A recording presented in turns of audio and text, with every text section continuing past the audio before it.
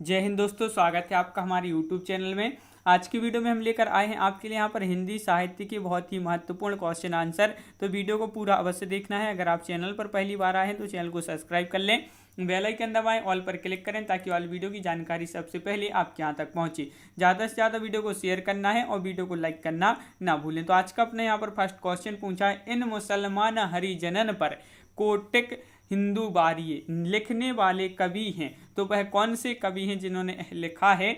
तो भारतेंदु हरिश्चंद्र आपका विकल्प नंबर डी यहाँ पर सही आंसर होगा। अगला क्वेश्चन यहाँ पर क्या पूछा गया है? तो देखिए, आचार्य रामचंद्र शुक्ल ने एडविन अर्नोल्ड के आख्यान काव्य लाइट ऑफ एशिया का बुद्धिचरित नाम से किस भाषा में अनुवाद किया है? खड़ी बोली में, ब्रजभाषा में, अवधी में या इनमें से कोई नहीं?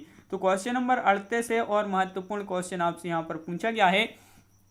आंसर बनता है तो आप कमेंट में जरूर बताएं। और आपका यहाँ पर जो सही आंसर है वह है आपका विकल्प नंबर आपका सी, ब्रजभाषा में। देखिए, ये जो क्वेश्चन है आपकी किसी ना किसी एग्जाम में, टीजीटी पीजीटी में ये क्वेश्चन आपके पूछे गए हैं। तो आपका यहाँ पर विकल्प नंबर सी, ब्रजभाषा सही आंसर है। अगला क्वेश्चन क्या पूछा गया है? तो क्वेश्चन नंबर 39 यहाँ पर पूछा गया है। क्या पूछा गया है? देखिए, ऋतु वर्णन तो इनके ऐसा और किसी श्रृंगारी कवि ने नहीं किया है। आचार्य शुक्ल का यह कथन किस कवि के लिए है? ये कथन बताना है किस कवि के लिए। शुक्ल जी का यह कथन है बिहारी जी के लिए, सेनापति, घनानंद या पद्माकर? तो आपका 39 का सही आंसर यहाँ पर जो है वह है आपका सेनापति। विकल्प नंबर सी आपका यहाँ पर राइट आंसर है। विकल्प नंबर सी जिन्होंने यहाँ पर बताया है उनका यहाँ पर सही आंसर है। अगला क्वेश्चन क्या पूछा गया है? तो अगला क्वेश्चन आपका ये रहा आपकी स्क्रीन पर। कवि त्रिलोचन का पूरा नाम है। तो कवि त्रिलोचन जो है इनका पूरा नाम बताना है। इनका पूरा नाम क्या है? चार विकल्प आपके यहाँ पर दिए गए हैं। क्वेश्चन नंबर है 40 और 40 का आपका जो सही आंसर है वह जल्दी से कमेंट में बता दीजिए। त्रिलोचन जी का पूरा नाम बताना है। तो आपका सही आंसर यहाँ पर है वासुदेव सिंह। वासुदेव सिंह आपका यहाँ पर सही आंसर है। हिंदी साहित्य की प्रगतिशील काव्यधारा का प्रमुख हस्ताक्षर माने जाने वाले कवि त्रिलोचन का मूल नाम जो है वह वासुदेव सिंह था। तो ये आपके लिए का नाम याद रखना है। अगला क्वेश्चन यहाँ पर क्या पूछा गया है? तो अगला क्वेश्चन आपका त्रिलोचन का वास्तविक नाम क्या है? ये क्वेश्चन आपका डबल हो गया है। वासुदेव से है आपका यहाँ पर सही आंसर है। अगला क्वेश्चन क्या पूछा गया है? मैं उस जनपद का कवि हूँ। काव्य रचना किस कवि की है? ये काव्य रचना किस कवि की है? नागार्जुन, त्रिलोचन, रांगी राघव, केदारनाथ अग्रवाल? ये आपके यहाँ पर चार विकल्प हैं। क्वेश्चन नंबर 42 का सही आंसर आपके लिए यहाँ पर बताना है। तो 42 का आपका जो सही आंसर है वह है आपका विकल्प नंबर सी यानी कि त्रिलोचन आपका यहाँ पर सही आंसर होगा। त्रिलोचन जिन्होंने बताया उन विकल्प नंबर सी उनका यहाँ पर सही आंसर है। अगला क्वेश्चन क्या है? प्रेमचंद की मृत्यु हुई थी। तो प्रेमचंद जी की जो मृत्यु हुई थी कब हुई थी? इनकी मृत्यु ये आपके लिए बताना है। चार विकल्प आपके यहाँ पर दिए गए हैं। 1933 ईस्वी में, 1935 ईस्वी में, 1934 ईस्वी में या 1936? तो आपका यहाँ पर सही आंसर है 1936 ईस्वी में। तो विकल्प नंबर डी आपका यहाँ पर सही आंसर है। बिल्कुल सही, विकल्प नंबर डी जिन्होंने बताया है उनका यहाँ पर सही आंसर है। क्वेश्चन नंबर 44 क्या पूछा गया है? तो देख लेते हैं यहाँ पर। क्वेश्चन नंबर 44 है, मुंशी धनपत राय को प्रेमचंद्र नाम से सुशोभित करने वाले व्यक्ति का नाम बताना है। तो कौन है वह व्यक्ति जिन्होंने मुंशी धनपत राय को प्रेमचंद नाम से सुशोभित करने वाले व्यक्ति का नाम आपके लिए यहाँ पर बताना है। तो आपका यहाँ पर जो सही आंसर है क्वेश्चन नंबर 44 का वह है विकल्प नंबर 1 यानी कि मुंशी दया नारायण। दया नारायण आपका यहाँ पर सही आंसर होगा। बिल्कुल सही। अगला क्वेश्चन क्या पूछा गया है? तो क्वेश्चन नंबर आपका 45 यहाँ पर पूछा गया है कि कवि धूमिल का पूरा नाम था। गोरख पांडे, सुदामा पांडे, सुधाकर पांडे या इनमें से कोई नहीं? तो क्वेश्चन नंबर 45 का आंसर आपके लिए यहाँ पर बताना है। चार विकल्प आपके यहाँ पर दिए गए हैं और बहुत ही महत्वपूर्ण क्वेश्चन आपसे पूछा गया है और आपका यहाँ पर सही आंसर है सुदामा पांडे। विकल्प नंबर सी आपका यहाँ पर राइट आंसर है। बिल्कुल सही, विकल्प नंबर सी जिन्होंने बताया है उनका यहाँ पर सही आंसर है। सुदामा पांडे इनका पूरा नाम है और इनका जन्म अगर पूछा जाए तो इनका जन्म 1936 में वाराणसी में हुआ था। निधन 1975 में इनका जो है निधन हुआ था। अगला क्वेश्चन क्या पूछा गया है? इनमें से कौन जो है भ्रमरानंद उपनाम से लिखा करते थे? कौन लिखा करते थे इस उपनाम से? ये आपके लिए यहाँ पर बताना है। तो क्वेश्चन नंबर 40 का आपका जो सही आंसर है विद्यानिवास मिश्र या विशंभरनाथ शर्मा कौशिक, बाल मुकुंद गुप्त या कुबेरनाथ राय। तो आपका यहाँ पर राइट आंसर है विद्यानिवास मिश्र, विकल्प नंबर 1 आपका यहाँ पर सही आंसर होगा। अगला क्वेश्चन क्या पूछा गया है, तो आपका यहाँ पर क्वेश्चन नंबर जो 47 पूछा गया है कि देखिए यहाँ पर क्या लिखा है, कुट्टी चातन के उपन्यास से किसके व्यक्तिपरक निबंध छपे हैं, मुक्तिबोध, भारत भूषण अग्रवाल, अज्ञे या नेमीचंद जैन। क्वेश्चन नंबर 47 है। वीडियो को सभी लोग लाइक अवश्य किया करें सभी लोग।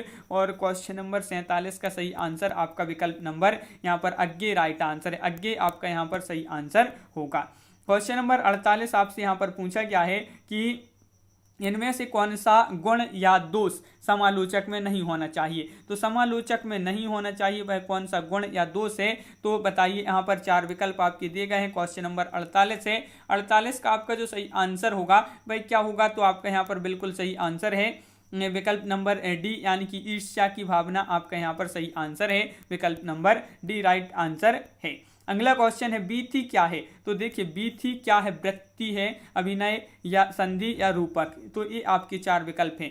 बीथी क्या है ये आपके लिए यहाँ पर बताना है। तो आपका 49 का जो सही आंसर है 49 का वह है आपका विकल्प नंबर डी, यानी कि रूपक। रूपक आपका यहाँ पर सही आंसर है। रूपक जिन्होंने बताया है उनका यहाँ पर सही आंसर है, बिल्कुल सही। क्वेश्चन नंबर 50 आपसे यहाँ पर पूछा गया है, निम्नलिखित में से जो कथन रचित नहीं है उसे छांटिए। तो निम्नलिखित में से जो कथन रचित नहीं है उसको छांटना है यहाँ पर।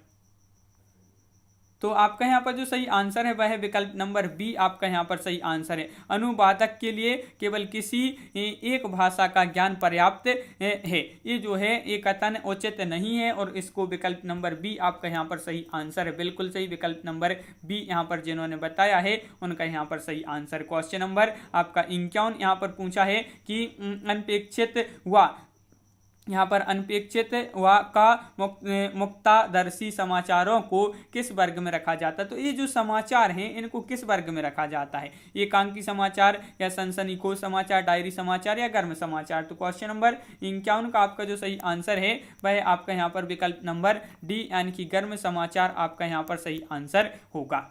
अगला क्वेश्चन यहाँ पर पूछा, रेडियो के ब्रॉडकास्टिंग कमर्शियल और टीवी कमर्शियल में क्या अंतर है। तो इसमें आपके लिए अंतर बताना है। क्वेश्चन नंबर आपका यहाँ पर 52 दिया गया है और इसका जो सही आंसर है अंतर क्या होता है इसमें, तो आपका यहाँ पर जो सही आंसर है बिल्कुल सही क्या होगा, राइट आंसर। तो आपका यहाँ पर जो सही आंसर है वह है आपका यहाँ पर विकल्प नंबर 1 यहाँ पर राइट आंसर है। रेडियो में सारा संदेश शब्द, संगीत और ध्वनि के प्रभावों में होता है, जबकि टीवी में सारे प्रभाव पर्दे पर दिखाई देते हैं। अगला क्वेश्चन क्या होता है, यहाँ पर क्या है अगला क्वेश्चन, तो क्वेश्चन नंबर आपका यहाँ पर पूछा गया है 53, भारत की सर्व प्रमुख और एशिया की सबसे बड़ी संवाद समिति कौन सी है। एशिया की सबसे बड़ी संवाद समिति कौन सी है, national news agency, press trust of India, Univarta, Hindustan Samachar. तो क्वेश्चन नंबर 53 का आपका जो सही आंसर है वह है आपका यहाँ पर क्या है, प्रेस ट्रस्ट ऑफ इंडिया, यानी कि विकल्प नंबर आपका यहाँ पर जो बी है वह आपका सही आंसर है। अगला क्वेश्चन क्या पूछा गया है यहाँ पर, अगला क्वेश्चन कि रिपोर्टर बनने के लिए क्या आवश्यक है। रिपोर्टर बनने के लिए क्या आवश्यक है, ये क्वेश्चन आपका महत्वपूर्ण है। तो क्वेश्चन नंबर है आपका यहाँ पर 54 और 54 का सही आंसर है, ये आपका प्रवक्ता परीक्षा में पूछा गया क्वेश्चन है। और रिपोर्टर बनने के लिए सहज बुद्धि और भाषा पर अधिकार, ये जो है आपका सही आंसर है। अगला क्वेश्चन है, डेस्क के लिए समाचारों की आपूर्ति कौन करता है। तो क्वेश्चन नंबर 55 का जो सही आंसर है 55 का संपादक या कंपोजिटर या रिपोर्टर या प्रूफ रीडर। तो आपका यहाँ पर सही आंसर जो है यहाँ पर क्वेश्चन नंबर 55 का वह रिपोर्टर आपका सही आंसर यहाँ पर होगा। समाचार का प्रमुख तत्व क्या है, तो क्वेश्चन नंबर 56 में आपके लिए समाचार का प्रमुख तत्व बताना है, रोचकता, महत्वपूर्णता, उत्तेजकता या सत्यता और नवीनता। तो क्वेश्चन नंबर 56 का आपका जो सही आंसर है प्रमुख तत्व जो है समाचार का वह है आपका कौन सा, सत्यता और नवीनता। सत्यता और नवीनता आपका यहाँ पर सही आंसर है। अक्षरों अथवा शब्दों को जोड़ने के लिए प्रूफ रीडर किस चिन्ह का प्रयोग करते हैं, वह चिन्ह बताना है कौन सा वह चिन्ह है। तो आपका सही आंसर है यहाँ पर ए, आपका विकल्प नंबर 1 आपका यहाँ पर सही आंसर है। तो इस चिन्ह का प्रयोग इनके द्वारा किया जाता है। क्वेश्चन नंबर आपका यहाँ पर जो 58 पूछा है, पत्रकार मोरिस फेगस के अनुसार समाचारों को पाठक के लिए बोधगम्य कौन बनाता है? संपादक, कंपोजर या संवाददाता या संशोधक? तो क्वेश्चन नंबर 58 का जो सही आंसर है वह आपका यहाँ पर 58 का क्या है? संवाददाता आपका विकल्प नंबर बी यहाँ पर सही आंसर है। संवाददाता जिन्होंने बताया उनका सही आंसर है। क्वेश्चन नंबर 59 आपसे यहाँ पर क्या पूछा गया है? क्वेश्चन नंबर 59 तो यहाँ पर देख लेते हैं, ये रहा आपका क्वेश्चन नंबर 59। इनमें से कौन सा कथन सही नहीं है? नहीं बताना है आपके लिए कौन सा कथन सही नहीं है। यहाँ पर 4 विकल्प आपके यहाँ पर दिए गए हैं, तो आपका यहाँ पर जो सही आंसर है वह आपका विकल्प नंबर यहाँ पर डी राइट आंसर है। क्या है? संचार माध्यमों में एक ही भाषा का प्रयोग होना चाहिए, ये कथन कैसा है? सही नहीं है। तो विकल्प नंबर डी आपका यहाँ पर सही आंसर है। संचार माध्यमों का प्रमुख प्रयोजन क्या है? तो इनका जो है प्रमुख प्रयोजन आपके लिए यहाँ पर बताना है। क्वेश्चन नंबर 60 का आपका जो सही आंसर है वह क्या है? 4 विकल्प आपके यहाँ पर दिए गए हैं, तो संचार माध्यमों का प्रमुख प्रयोजन क्या है? तो 60 का राइट आंसर आपका यहाँ पर विकल्प नंबर 1 यानी कि सूचना को जन सामान्य तक पहुंचाना, ये आपका यहाँ पर सही आंसर है। विकल्प नंबर 1 राइट आंसर है, बिल्कुल सही। अगला क्वेश्चन है, दृश्य श्रव्य काव्य से क्या अभिप्राय है? दृश्य श्रव्य काव्य से क्या अभिप्राय है? बिल्कुल सही, बहुत ही महत्वपूर्ण क्वेश्चन है। अपने यहाँ पर 4 विकल्प ही आपके यहाँ पर दिए गए हैं, और आपका यहाँ पर जो सही आंसर है क्वेश्चन नंबर 61 का वह क्या है? तो 61 का आपका जो सही आंसर है वह आपका यहाँ पर दृश्य श्रव्य काव्य से क्या अभिप्राय है? तो आपका देखिए, देखने के साथ साथ जिसे सुना भी जा सके, जैसे चलचित्र, वह दृश्य श्रव्य हैं। तो वह क्या है? दृश्य श्रव्य है। तो देखने के साथ साथ जिसे सुना भी जाए वह क्या है? दृश्य श्रव्य है। अगला क्वेश्चन क्या पूछा है? इनमें से जो श्रव्य संचार का माध्यम नहीं है उसे चिन्हित कीजिए। तो देखिए, यहाँ पर श्रव्य संचार का माध्यम नहीं है, कौन सा नहीं है ये आपके लिए यहाँ पर बताना है। दूरदर्शन, कैसेट, टेप रिकॉर्डर या रेडियो? तो आपका यहाँ पर सही आंसर होगा विकल्प नंबर 1 दूरदर्शन। ये जो है श्रव्य संचार का माध्यम नहीं है, तो विकल्प नंबर आपका यहाँ पर 1 यहाँ पर राइट आंसर है। श्रव्य संचार का माध्यम नहीं है, बल्कि ये जो है दृश्य श्रव्य संचार का माध्यम है। टेप रिकॉर्डर, कैसेट, रेडियो श्रव्य संचार के माध्यम माने जाते हैं। अगला क्वेश्चन क्या पूछा गया है? क्वेश्चन नंबर 63, आप किस कथन को असंगत मानती हैं? तो यहाँ पर आपके ये जो 4 कथन दिए गए हैं, इनमें से आपके लिए वह कथन बताना है, वह कौन सा कथन है? तो बताइए क्या होगा राइट आंसर? तो आपका सही आंसर है यहाँ पर विकल्प नंबर सी राइट आंसर है। अनुवाद में अनु का अर्थ पहले, बाद का अर्थ उसे पुनः बाद में लिख देना, ये जो है इसे कैसा असंगत मानते हैं? तो विकल्प नंबर सी आपका सही आंसर होगा। इनमें से कौन तत्व रेडियो विज्ञापन में नहीं होता? तो ये आपके लिए बताना है। क्वेश्चन नंबर 64 का सही आंसर, 64 का सही आंसर यहाँ पर क्या होगा? 4 विकल्प आपके दिए गए हैं, इनमें से कौन तत्व रेडियो विज्ञापन में नहीं होता? चित्र, संदेश, वाचन, संगीत? तो आपका यहाँ पर जो सही आंसर है वह चित्र राइट आंसर होगा, यानी कि विकल्प नंबर आपका 1 राइट आंसर, बिल्कुल सही, चित्र आपका सही आंसर है।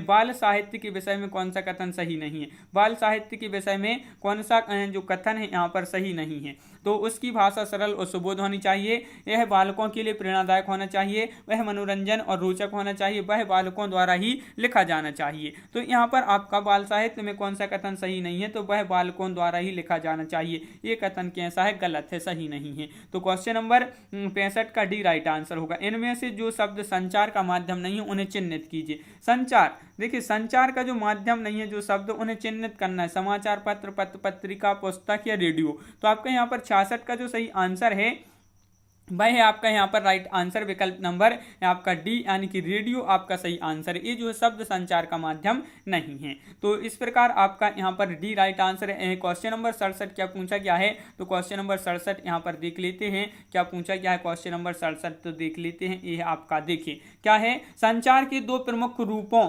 मुद्रित माध्यम तथा इलेक्ट्रॉनिक माध्यम के विषय में जो कथन सत्य नहीं है उसे छांटिए। तो इसके विषय में जो कथन आपका सत्य नहीं है उसको छांटना है। इन दोनों माध्यमों में से संचार क्षेत्र में अभूतपूर्व गति आई, या मुद्रित माध्यम लगभग 500 वर्ष पूर्व प्रकाश में आया, जबकि इलेक्ट्रॉनिक माध्यम 20वीं सदी की देन है। वैज्ञानिकों की सूझबूझ से दोनों माध्यम अस्तित्व में आए, ये दोनों माध्यम अंततः मानव जाति का विनाश करेंगे। तो यहाँ पर आपका गलत कथन है, जो सत्य नहीं है वह नहीं है, कौन सा? विकल्प नंबर आपका डी राइट आंसर होगा। ये दोनों माध्यम अंततः मानव जाति का विनाश करेंगे, ये कथन कैसा है? सत्य नहीं है। अगला क्वेश्चन क्या पूछा है? सूरदास जी को जीवनोत्सव का कवि किसने माना है। तो क्वेश्चन नंबर 68 पूछा है आपसे यहाँ पर। 68 का सही आंसर आपके लिए बताना है।